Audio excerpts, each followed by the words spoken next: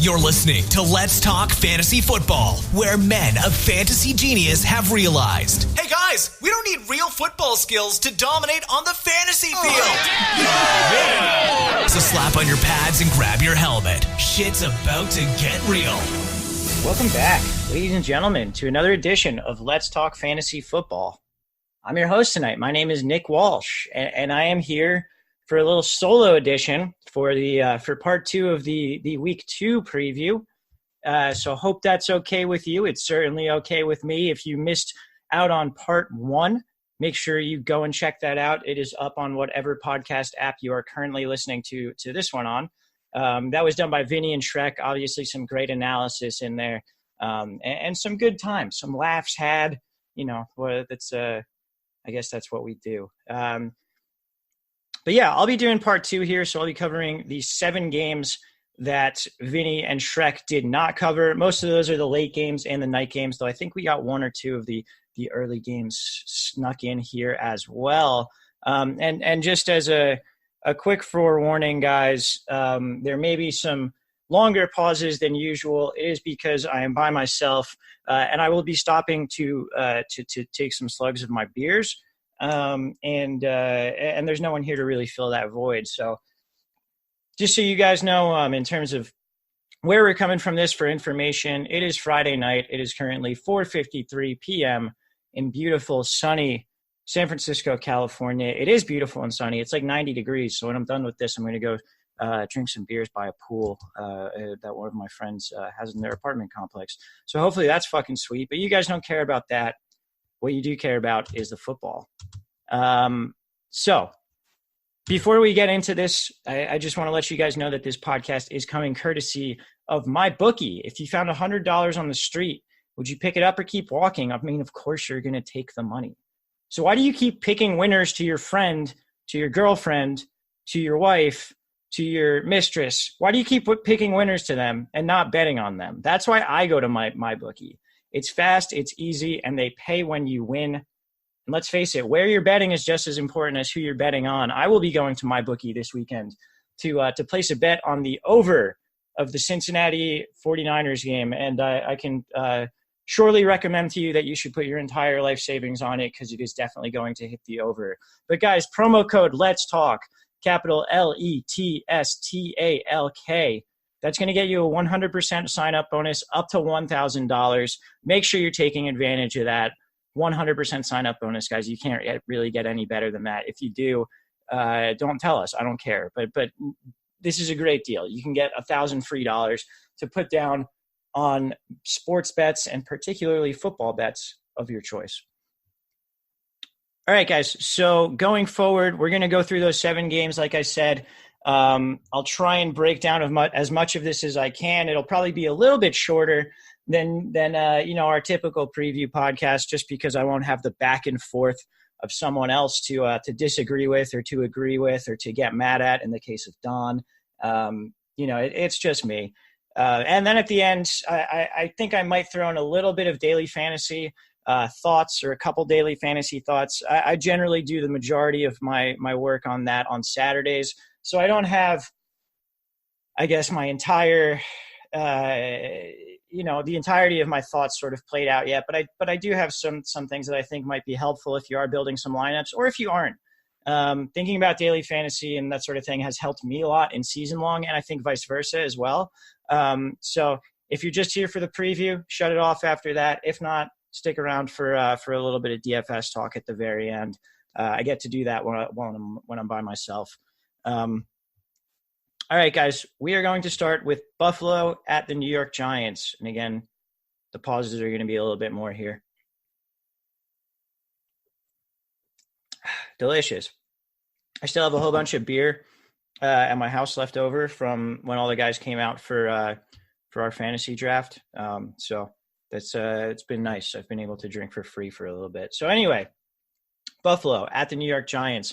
Buffalo is currently a 1.5 favorite on the road, and the over-under here is 43.5. I think there's a couple things on Buffalo to think about here. One, Josh Allen had 4 turnovers last game and still ended up with 17 fantasy points. So against this Giants D that just got absolutely shredded by the Cowboys, I think he's an extremely solid play. I think he's a guy, along with Derek Carr, I like those two guys as probably your top two streamers for this week.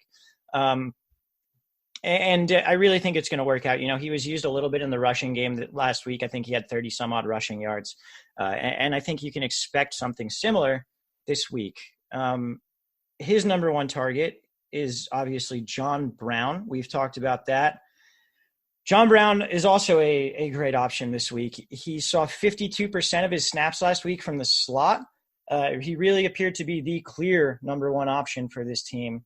And with those 10 targets that he saw, I would expect similar things. We just saw this team get absolutely torn up by both Amari Cooper, the number one wide receiver for the Cowboys. He went over 100 yards, got a touchdown. And then Michael Gallup, who's their deep threat, got 7 catches, 152 yards. So we know they can be beat intermediate. We know they can be beat deep. John Brown does both of those things, and they were using him short, intermediate, and deep last week. He is a great play. Beyond him with the pass catchers, I think Cole Beasley, you could sneak in there, but week 2, do you really, really need to? Unless you really got killed by injuries, I don't think you're going to need Beasley. He did get 9 targets last week. He caught 5 of them for 40 yards. But again, he's sort of a lower average depth of target guy. His average depth of target last week was 9 yards compared to John Brown's 13.3. So I don't really think there's a ton of upside with him. He's kind of just a desperation option. Let's talk about this backfield for a second. So Devin Singletary played 68% of snaps compared to Frank Gore's 29%. So in your head, you're probably like, well, Singletary dominated the work. He's the guy I want to play. Not entirely. Only 4 carries for Devin Singletary. He did great with them. I believe he had 70 yards. Gore, however, had 11 carries. So while Gore was rarely in, he was getting used when he was in the game, which is weird to me. You would think it would kind of be the opposite, where they want the young spry guy, when he's in the game, he's getting used, and then Gore does all the veteran shit that, pass blocking and whatever that they're supposed to do. But they were really using Singletary in that role. I don't think he got a carry until he was on the field for 19 snaps or something like that. It's an interesting move. I mean, Singletary also had 6 targets, so he's clearly being used in the passing game. If you are going to play a guy here, I think it's definitely Devin Singletary. That being said, he's a bit of a thin play. Any guy who only got four carries last week, I know he did really well with them, but efficiency is not as sticky as usage. Anyone who only got 4 carries last week is not an automatic start, even with the six targets in the passing game, particularly on a team like Buffalo. Again, this isn't expected to be a terribly high-scoring game. I would guess that a lot of the Buffalo's production comes through the air on this one, or at least a lot of their points that sort of get them out to a lead here. So I don't think you need to play Singletary. I would like to not play him. If you absolutely do need to, you could do worse. He is a starting running back who's getting about 70% of the snaps. Frank Gore, definitely do not go near. He would need a touchdown in order to pay off for you, and I don't really want to bet on that. All right, guys, let's talk about the Giants side of the ball, because there's no really other pass catchers that we need to talk about in Buffalo. So the Giants passing game was a bit of a surprise last week in that it was kind of prolific. Eli threw for over 300 yards in week 1. That being said, this is a good defense and a bad matchup for him. They lost their starting slot cornerback, Teron Johnson, I believe was his name. So that's an issue, but they are still very, very strong defensively, the Bills are. And Eli's throwing to a literal skeleton crew of receivers. Obviously we know about the Golden Tate suspension. Sterling Shepard is out for week 2. He has a concussion. Cody Latimer, who's their 3rd starting receiver, he also had 8 targets for 74 yards in week 1, and he's a guy that I was kind of looking to maybe throw in some daily lineups. He showed up on the injury report with a calf injury on Thursday, and he wasn't on the injury report on Wednesday, so this is obviously a new injury. To me, that makes him unplayable. I'm not going to try and I was willing to chase Cody Latimer's potential deep ball production against a tough defensive matchup. I'm not willing to do it against a tough defensive matchup where he also is going into the game hurt. I'm just not going to do it. I don't think it's wise. I don't think anyone should do it. So who is going to catch passes in this? Well, the wide receivers are likely going to be Benny Fowler and Russell Shepard. I'm not going to chase either of them. If there was going to be someone you did, it would be Fowler. But where the production should come from is going to be Evan Ingram, who even in a week with Shepard had 14 targets, 11 catches, 116 yards and a touchdown in week 1. That's huge. He's going to do a similar thing, I believe, in week 2.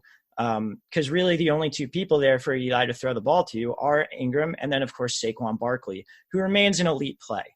We know what he can do on the ground. We know that when he gets passing volume, it just makes him that much more valuable. And this week, they're really going to need to use him. It's not a situation where Eli's going to be able to successfully throw to the outside very much. So Ingram and Saquon are your two guys. I mentioned that Eli threw for over 300 yards in week 1. I don't think you should be starting him. Pretty much the only starts on the Giants side for me are Saquon and Evan Ingram. All right, give me 1 second here, guys. All right, I'm picking Buffalo.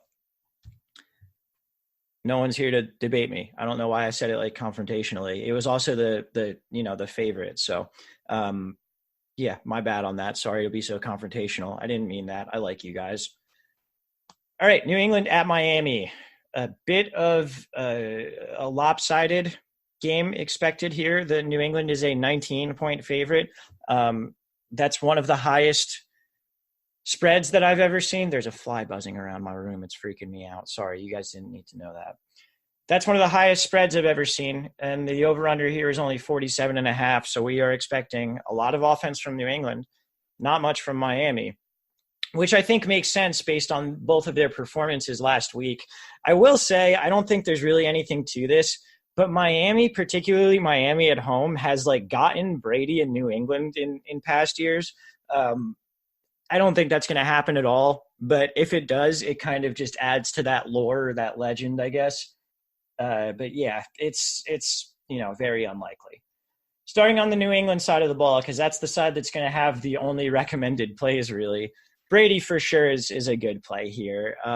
He went into last week and we weren't really sure what to expect. He was great. He looked great. He tore up the Steelers defense. He's probably going to do the same against this Dolphins defense that, got tore up by Lamar Jackson and the Ravens, and also has like half their players asking for trades now. So Dolphins defense, not really something I'd be too worried about in this case.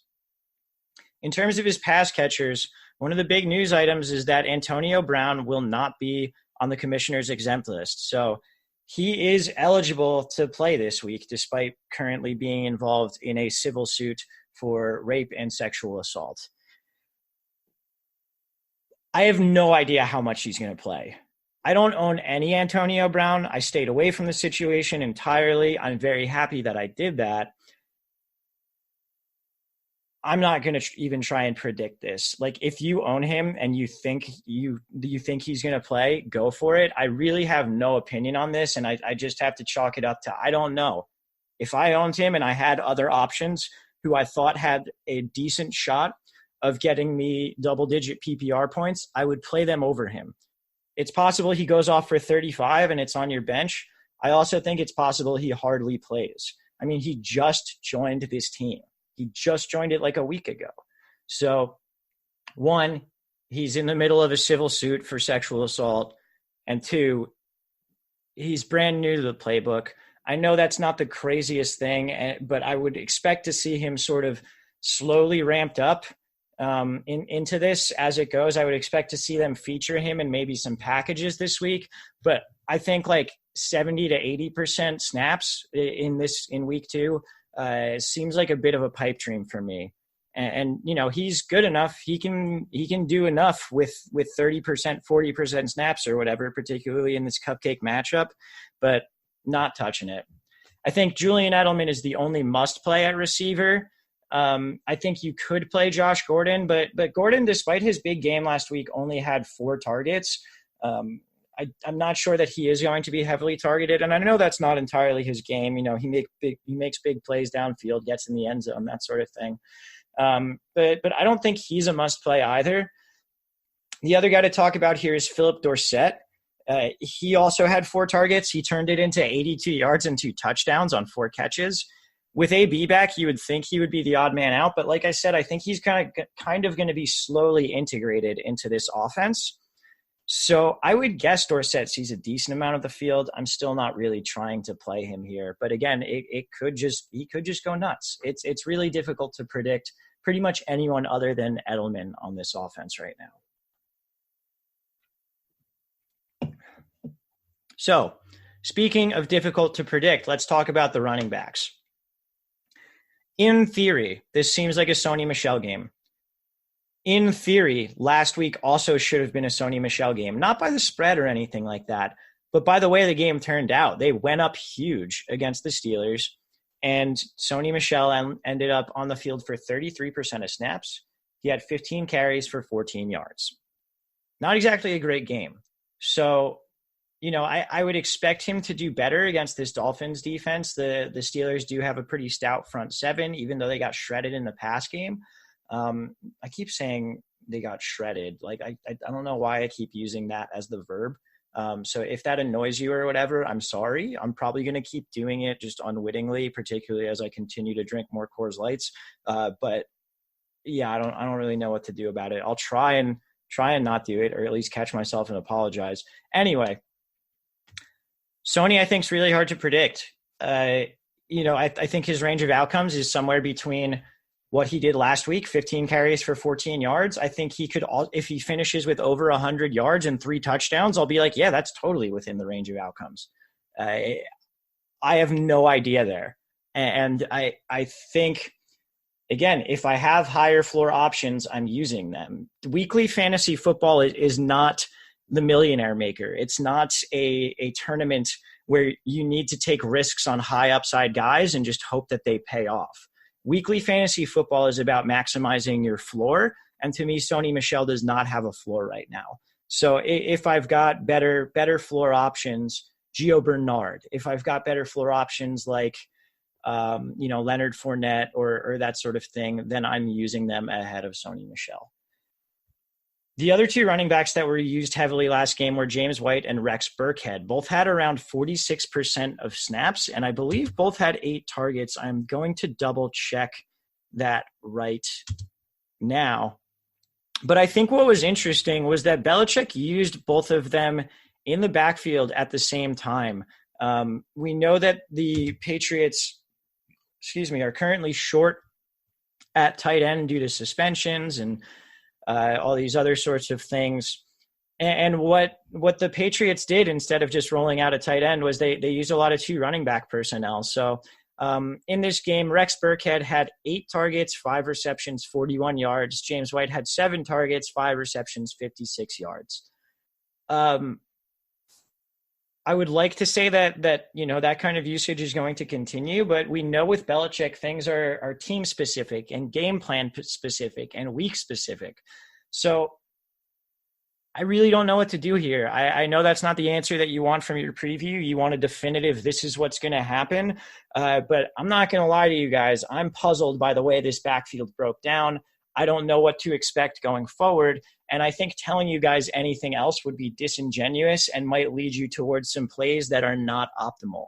So again, low floors here. The ceilings are there. But in a game where we expect the Patriots to be up by almost 3 touchdowns by the end of it, I don't know if the 2 pass catching backs are the best choices here. I don't know if any of the backs are the best choices here. I'm sure at least one of them will have a very usable game. Good luck trying to figure it out. Let's move to the Dolphins side of the ball. I'd like to start by just saying I'm not sure that we can glean anything for sure from the Week 1 Dolphins performance, just because they were down 42-3 at halftime and seemed to kind of give up there. I think the one thing that we can glean is that we don't want to start anyone at this point. I know Kenyon Drake and Kalen Ballage were both getting drafted. I dropped Kalen Ballage in basically every league that I have him in after this week, which may have been overreaction, but I don't think it was. So really, there's no reason to start anyone. If there's one person that you want to take a chance on, it is one of their wide receivers. So I'll break that down real quick. Albert Wilson is hurt. He hurt his hip early in last game, I believe 6 snaps in or so. And so the way the snaps sort of broke down here was Devontae Parker led, then Allen Hurns. Hurns was mostly in the slot. And then they had Jakeem Grant and Preston Williams in that order. I believe Jakeem Grant was around 60%, Preston Williams around 40%. The guy who you could consider, but I don't think you should this week, but I think you should sort of be keeping an eye on, was Devontae Parker. He had a 22% target share. That was 7 targets. He got a couple of deep looks.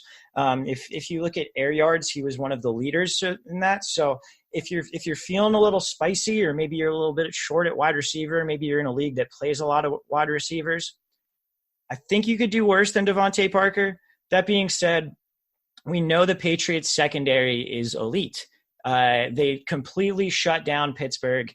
Made a lot of decent receivers look just absolutely terrible. So this isn't the right week. That being said, what I'm looking for Devontae Parker is that he gets a solid target share. He gets a couple more of those deep looks. And if that's the case, when we get to some nice matchups for him, I might be rolling him out into some daily lineups and potentially trying to pick him up depending on the way that my season goes. The other person we should talk about in a similar manner, not in a manner that you want to play him this week, was Mike Gesicki, the second-year tight end who, the book on him is that he's an athletic freak and that he just doesn't get football very well. He's not a good tight end yet at this point in his life. He was in on 66% of snaps, got 6 targets. That's only 1 less than Parker. Again, not a play this week, but tight end's a thin position. So if Mike Gesicki, who we know is a good athlete, is going to get 6+ targets week in and week out, then yeah, he becomes a guy who's totally within the pool of usable tight ends. Particularly when you've got Hunter Henry getting hurt and OJ Howard getting 0 targets in the second game of the year. Jeez. Oof, that's a tough one. All right, guys, I know I'm going to shock you. I'm going to pick the Patriots.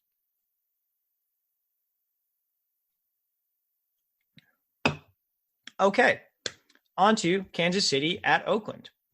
Kansas City is a 7.5-point favorite here. The over-under is 53. Kansas City isn't really a hard book to decipher here. I'm using that book. God, I keep using the same sorts of things. A hard, what do you decipher? This is like the guy who plays too many video games, but a hard rune to decipher? No, a hard puzzle, sure. A hard riddle to decipher. Kansas City is not a hard riddle to decipher when it comes to playing their players. You're playing Mahomes. You are playing Damian Williams, even though he's in a bit of a split. You're playing Sammy Watkins for fucking sure. You're playing Travis Kelce. And then the 2 guys that I think we need to talk about are probably Shady and Mecole Hardman.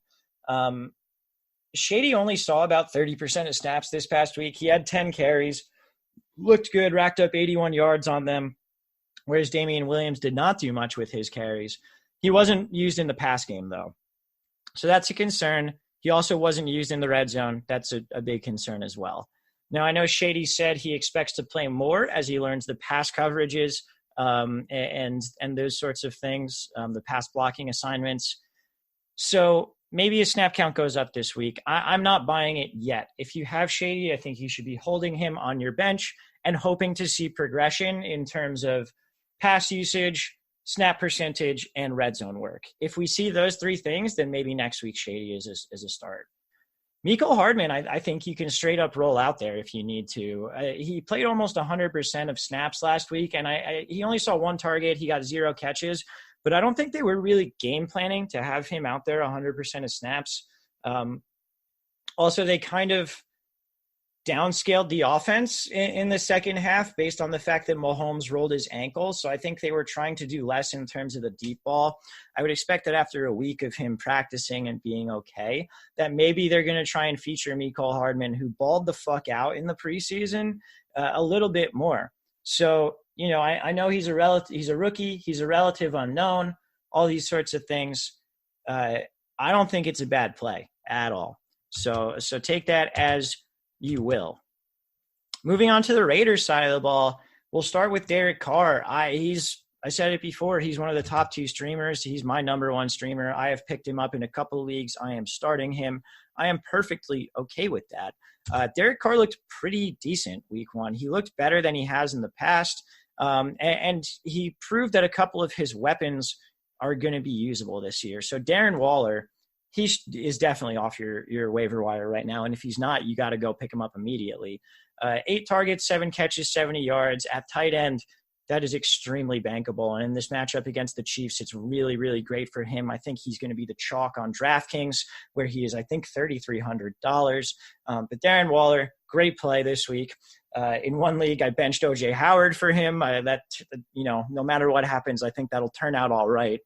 And then the other pass catcher that I think we can really bank on here is Tyrell Williams. 7 targets, 6 catches, 105 yards, and a touchdown last week. That's a really solid game. We saw him be targeted short, deep, intermediate, all facets of the game, in the red zone, all these sorts of things. So Tyrell Williams, again, against this Chiefs defense is a great play. The other wide receivers, the person who was the next highest in terms of snaps and targets was Ryan Grant, 4 targets, 3 catches, 16 yards. You don't need to do that. There's no one else really in this pass game you need to target. The other play that everyone's talking about is Josh Jacobs. Josh Jacobs had a great week 1, 23 carries, 85 yards, 2 touchdowns, as well as 1 target, 1 reception, 28 yards. I think everyone needs to pump the brakes on Josh Jacobs this week. He's going to be very, very popular on DraftKings, where he's only 4,300. But everyone's saying how it's great how Josh Jacobs was in for the vast majority of snaps, how Jalen Richard hardly played at all. And let me get these actual percentages for you. So Josh Jacobs, 73% of snaps. Jalen Richard, only 16% of snaps. So everyone's talking about how that was a thing and how that means that Josh Jacobs is the guy. Jalen Richard is phased out. And to that, I wonder if people are thinking about the game script at all. The Raiders led that game the entire way. Of course, Josh Jacobs was going to be their guy in a game that they led the entire way. He only gets 23 carries when they're winning. We don't have any sort of on-field evidence as to what their personnel looks like when they are losing. And in this game, they are expected to be losing. I'm not saying that I guarantee it or anything like that, but if Kansas City at the start of the second half is up 21-7, do we see 70% Josh Jacobs during the second half? My guess would be no. My guess would be that we see a lot more Jalen Richard, something closer to 30 to 40% of snap share for Jalen Richard and a much lower snap share for Josh Jacobs. So I still like Jacobs this game. I think you should be starting him in your season-long leagues if you own him. I just think that the immediate confidence after one game in which they were winning the entire way should be questioned a little bit. So, think about that if you're playing daily at all. But again, in season long, absolutely 100% should be playing him. I also don't think that, I think it's feasible that Richard gets those 30 to 40% snaps. And I think it's feasible to see like 8 targets for Richard in this game. It's part of the range of outcomes. I don't think it's the most likely outcome. And I don't think you should be playing him in any sort of league really this week, because again, we don't know. It's possible that if they go down, Josh Jacobs just stays in and is that permanent back. The whole point here is that we don't have any on-field evidence saying what they're going to do yet. Cool. I'm going to take Kansas City in this one. That sucks, but I'm going to do it. Last game before we take a quick break, we're going to go with Chicago at Denver. Chicago is a 2.5-point favorite. The over-under here is 40.5. This is a tough game for fantasy purposes. Chicago looked really bad. I know it was the first game of the season, all of that. Trubisky looked terrible. We know he's boom or bust. We know he has a huge ceiling. Don't start Trubisky this week. I don't think it's worth it. I think it's really hard to start or project anyone in this game besides Allen Robinson. Allen Robinson, I think you can project for, double-digit targets and a pretty solid game with a high chance at a touchdown. Allen Robinson, I think, it's easy to draw to conclusions after one game, but I think Allen Robinson is one of those guys that we're going to look at the ADP at the end of this year and be like, how the fuck did we all decide that Allen Robinson was going to go this late? Like, why wasn't he like a 3rd-round pick? The rest of the receivers, I think it's hard. Taylor Gabriel is very, very boomer bust. He had a couple big plays called back by penalty last week. And then outside of that, Tariq Cohen was lined up as the slot receiver for 80% of the snaps last week. Anthony Miller, who's coming off his injury, barely played. Trey Burton, the tight end, who would also be featured in that role somewhat, questionable for this game. So what's going to happen there? I don't know. Is Anthony Miller healthier? Is he going to get a little bit more? Is Cohen going to get a little bit less? Or is Cohen just going to stay in the slot? Are they going to change Cohen's position eligibility if he's just a slot receiver? He only lined up in the backfield for 2 snaps this past week. The point is, no one is bankable here, and I don't think he should be relying on anyone. And that goes the same for the backfield. It was very clearly a split between David Montgomery and Mike Davis. I got his name right this week. Last week when I did the solo podcast, I kept calling him Mike Adams. Incorrect. His name is Mike Davis.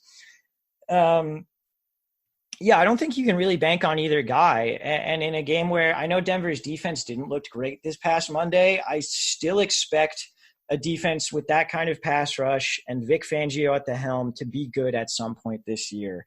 I think it would be irrational to write them off as a bad defense just because they didn't look good week 1. I don't see really how you can project this split at all. I don't really see how you can rely on either one of these players, particularly in a game where the over-under is only 40.5 points. We're not expecting a bunch of points. We don't know who's going to lead the team in snaps. We don't know whether Tariq Cohen moves back into the backfield a little bit more. Everything is up in the air. We don't know if Trubisky's going to play bad or play well. It's just tough. And then on the Denver side of the ball, we're looking at a Denver team that had 2 usable fantasy options week 1. Those were Emmanuel Sanders and Cortland Sutton. And this Bears defense just shut down Aaron Rodgers and the Packers. So again, was that week 1 jitters? Was that them playing bad? I would rather put my money on the side of the defense that just prevented Devontae Adams from having a good fantasy week is not going to let Cortland Sutton have one. But, it's your own call there. I'm not targeting anyone on the Denver team. In terms of the running backs, it was, as Rich Scangarello promised, it was basically a 50-50 split with Lindsey and Freeman splitting the carries, and on a team that's going to play a little slow and maybe not be in the highest scoring games, that really makes both of them tough to play on any given week. So yeah, I am completely out on Denver. If I was going to play anyone, it would probably be Cortland Sutton or Manny Sanders, but even there, I don't think you should. All right, guys. Quick break to let you know that we are still brought to you by MyBookie. If you're the kind of guy that likes to bet a little and win a lot, try a parlay. Vinny fucking loves his parlays. He is all about him. I think he hit like one for a couple grand last year on like 9 different games or something like that. So, hey, it can work. Because if all your picks come through, you'll multiply your winnings. And no matter how you bet, parlays or not, the NFL season is obviously the best time of the year. Again, guys, promo code Let's Talk, LETSTALK. I'm going to make that a thing, but maybe I won't. I don't know. That promo code is going to get you a 100% sign-up bonus up to $1,000. Guys, it's $1,000 you could get to gamble on football. It doesn't get any better than that. Like I said, I'm going to be going over to MyBookie. I'm going to be putting some bets down because it's fun. It makes watching football more fun. Fantasy and gambling make football more fun than it already is, and football is already extremely fun. It's a no-brainer, guys. You're listening to Let's Talk Fantasy Football, home of the brutally honest fantasy advice you've always needed. All right, guys, we are back. I said we like it's more than one person. It's just me. It's still just Walsh. Yeah, I wanted to get that beer crack in there, not on the break. Make me sound cool. Make me sound real cool. All right, we got 3 more games to get through, and then again, I said I'd do a little bit of DFS talk, so I'll try my best there. New Orleans at the Los Angeles Rams. This is projected to be a very high-scoring game, back and forth. I am excited to watch it. The Rams are a 2.5-point favorite at home. The over-under is 52. And obviously, I didn't say it, but this is a rematch of the NFC Championship game from last year. So let's start on the Saints side of the ball. Drew Brees, another great play. He threw the ball a lot week one, a lot more than we expected, I think. But this is another matchup where I would expect him to have to kind of chuck the ball around. He threw the ball 43 times last week. I think that's around the realm of possibilities or likely for this week as well.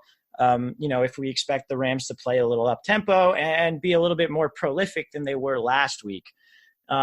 So who is Drew Brees going to throw the ball to? Obviously, Michael Thomas.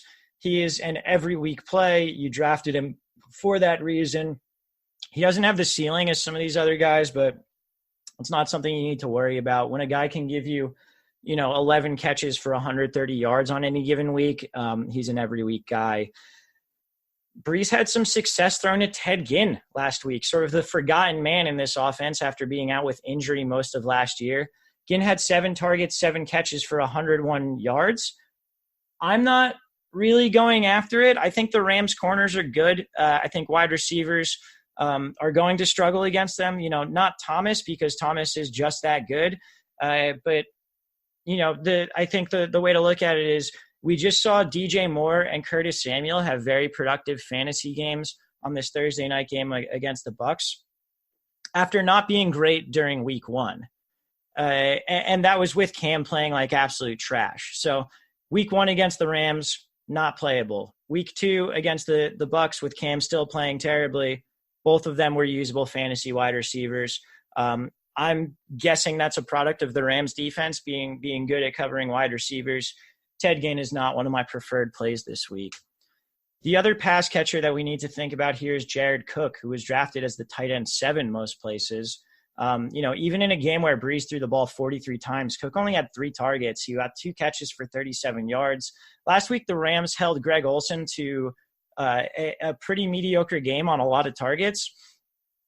I really don't know what to think here. I'm not entirely sure what the call would be. I think if I was able to pick up like a guy like TJ Hawkinson or Darren Waller, maybe even Mark Andrews, I would lean towards playing those guys. But if Cook is, the guy that you have and your second guy is like Jack Doyle or Eric Ebron or something like that, play Cook. Give him another chance. It was his first week with this team. It's possible that, as the season goes on, their chemistry trends in an upward direction and we see Jared Cook having more productive games. It's also possible that we don't and he's useless all year. It's week 2. I don't know what you want me to tell you.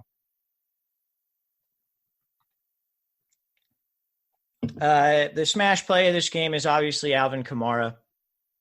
We just saw Christian McCaffrey absolutely kill it week 1 against the Rams. Kamara is a very similar back to McCaffrey.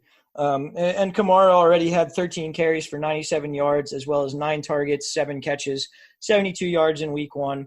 I would be surprised if he did not get in the end zone this week. I think that's more likely than not likely to happen.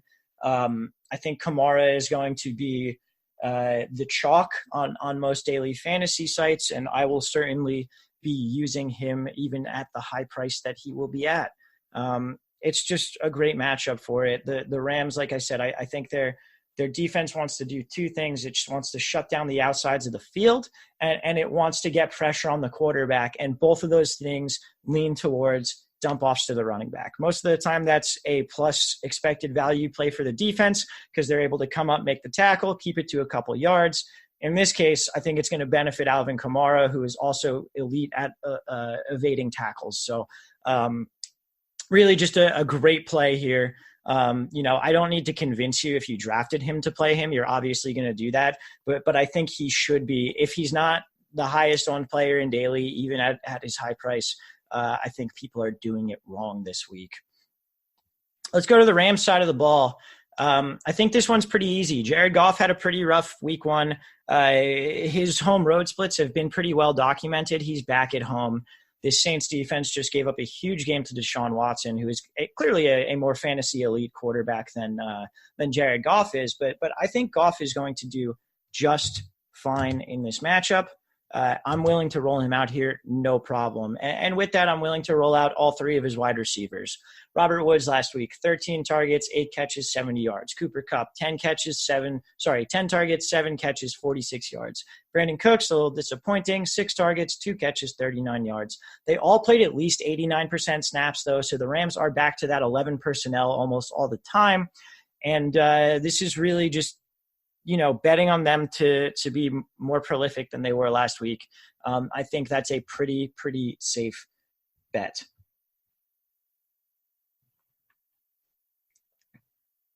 At the running back position, we saw a bit of a committee, though Vin and I talked about it. If you haven't listened to the week 1 recap yet, please go back and listen to that. Vin and I talk about sort of the concerns as a Gurley owner and Malcolm Brown and what to do there, as Vinny is, heavily invested in Todd Gurley.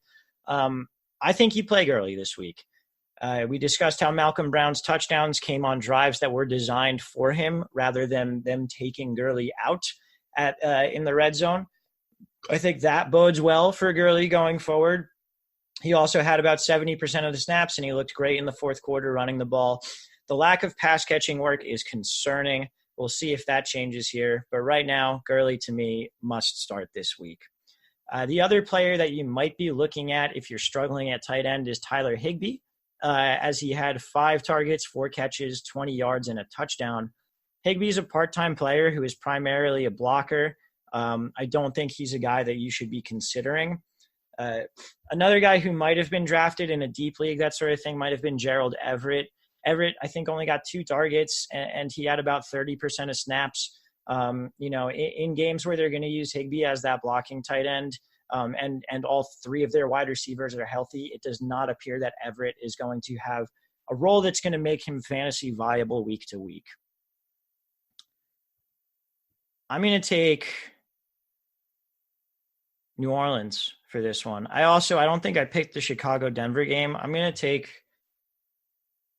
Chicago, I think. Trubisky's got to look better than that. I don't know. All right, let's move on to Philly at Atlanta. That's going to be the Sunday night game. Should be a fun one. Philly is a 1.5 favorite. The over-under is 51. And the first thing that I thought of when I looked at this game, or the first kind of general thought that I had, was it feels like a play everyone game. It feels like a game that's going to be a shootout. It's going to be close. Vinny and I talked on Tuesday how it seems like a week where you can really throw out the Falcons' performance from last week. So that was a bad spot to stop. I'm sorry. It made it seem like it cut out. Like it didn't. I was just drinking. Going on to the Philly side, Wentz for sure. I think that's a real easy one. He had a great week this past week against Washington. And it's going to continue this week against Atlanta's defense. That's really nothing to be scared of.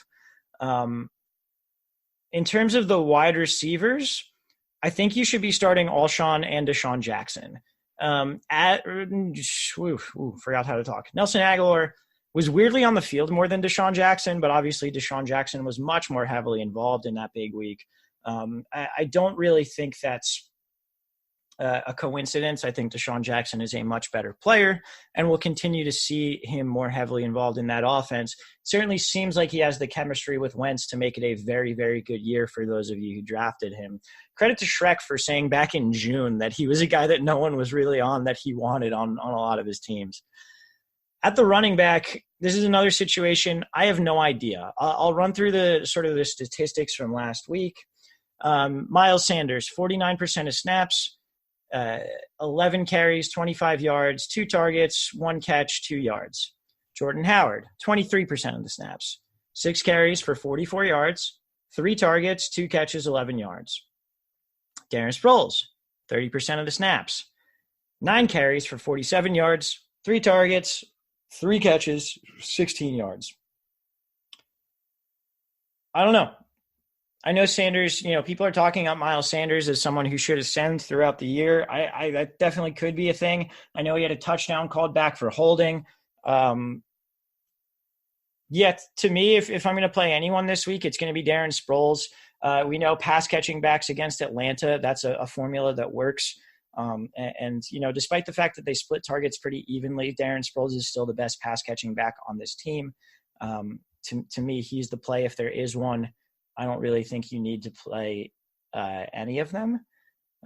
Another thing just in general about this game you might hear is Atlanta's pass rush. Minnesota only dropped back to pass 10 times in that game, but Atlanta's pass rush is seeming pretty formidable this year. The Eagles have one of the best offensive lines in the league. I don't think that's going to be an issue for them. On the Atlanta side here, I am not afraid of the Eagles after last week. I thought they were going to be very, very good this year.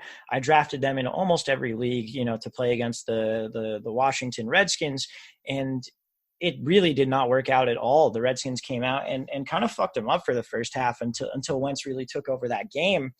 So I'm not afraid of them. Start Matt Ryan with confidence. Start Julio Jones with confidence after his 11 targets last week. Start Austin Hooper in his 9 targets from last week with confidence. Calvin Ridley, yes, absolutely. He has higher touchdown equity than Mohamed Sanu, even though both of them had 6 targets last week. So Calvin Ridley, yeah, sure. Sanu, I think you could try and do it. I don't really see why you would need to, but I'm not entirely against it. And then the other play that we need to talk about is Devontae Freeman.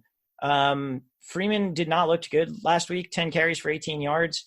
I think he's going to get enough in this pass game to make him a play, sort of regardless of game script. We saw Chris Thompson get 10 targets last week against this Eagles D.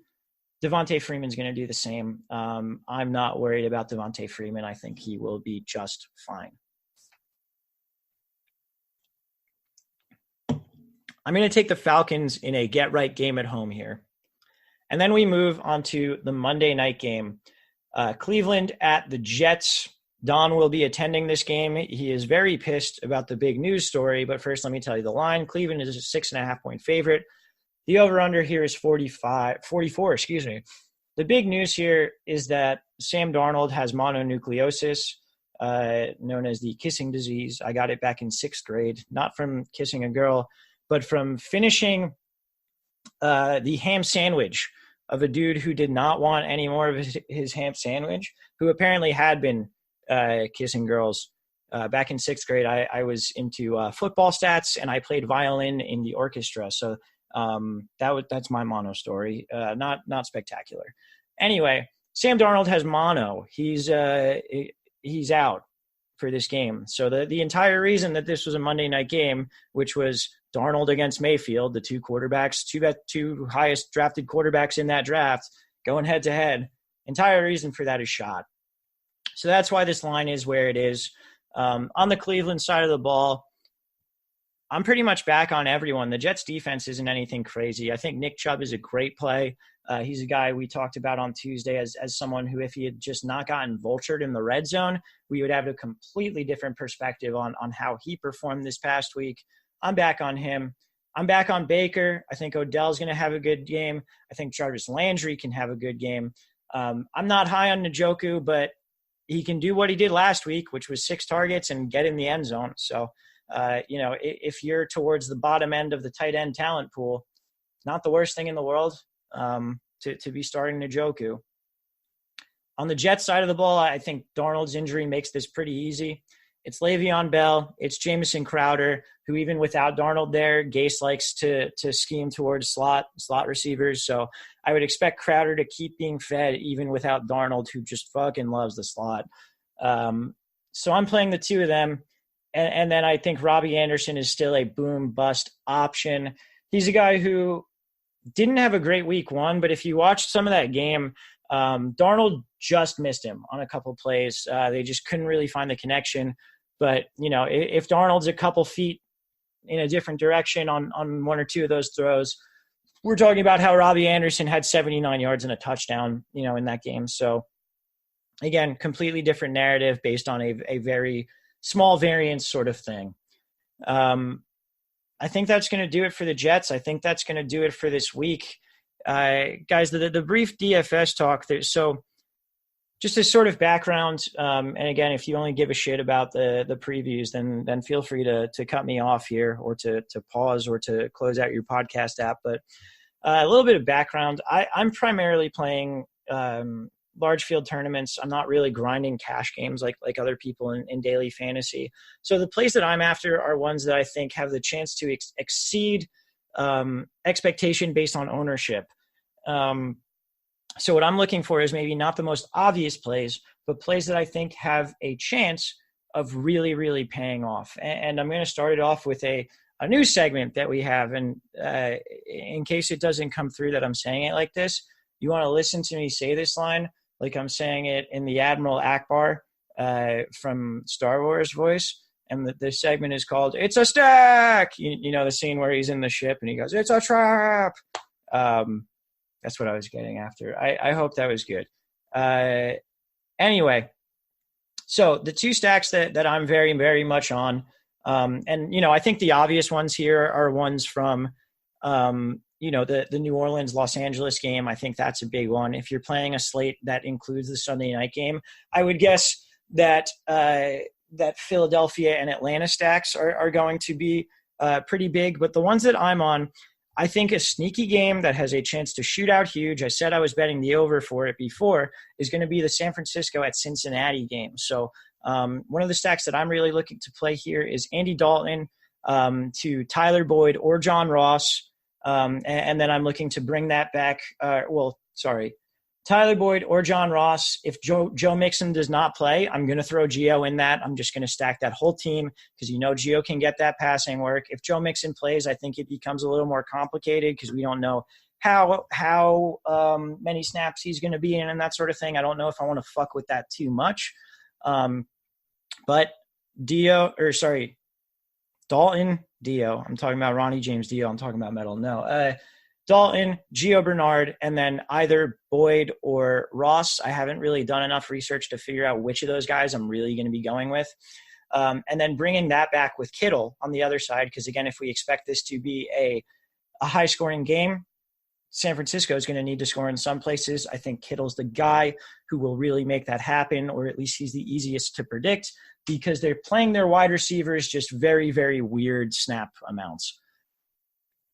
So the other one that I'm looking at is that Bills game. And I don't really think this has a chance to shoot out as much. I think what it does have a chance to be is a game where almost all the offensive production on the Bills side comes from the Josh Allen to John Brown combo.